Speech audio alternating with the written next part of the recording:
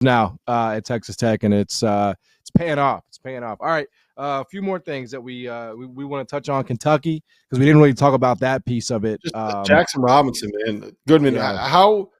here's my question. When did they know that this was something that might require surgery, right? And if they had made the decision, because like when it comes to like wrist surgery, sometimes you can come back quicker than the other stuff. Like how I don't know. I don't know the answer to that. I haven't talked to them over there.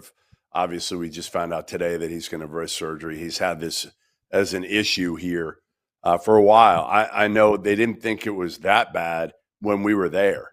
When you and I were there, they thought he could play through it. He was sitting out at that point. They thought rest would be able to get it to a point where he was going to be able to play and be close to 100%. Obviously, last game he wasn't able to do that. And then I'm sure he saw a doctor again that said, hey, if it's not getting better, we got to have surgery. And, I mean, this is a huge blow because Lamont Butler's not 100%. So the combination right now makes it really difficult for Kentucky to get back to what they were. When they were winning those close games, they were pretty much full strength or close to it.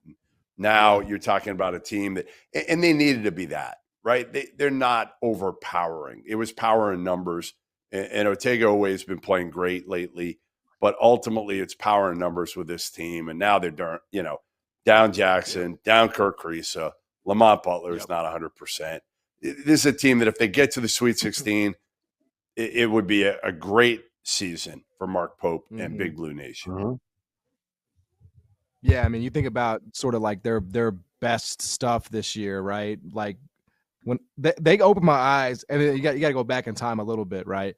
But at Mississippi State on the 11th of January, at that time, that felt like just a statement win. It's shriveled up a little bit because Mississippi State has faded, but they don't win that game in Starkville without Jaxson Robinson. He had 27 in that game. And he just brings them. It feels like it puts too much on Kobe Brea, to only have one. And then you start talking about guys like Perry and Noah and Chandler getting minutes. It's just really the trickle down effect it has on the rotation. And I still think Mark Pope has done a hell of a job. I was super skeptical coming in. He's blown away any expectations I had. They're just kind of running into it, But I still think the arrow is pointing way up there in Lexington.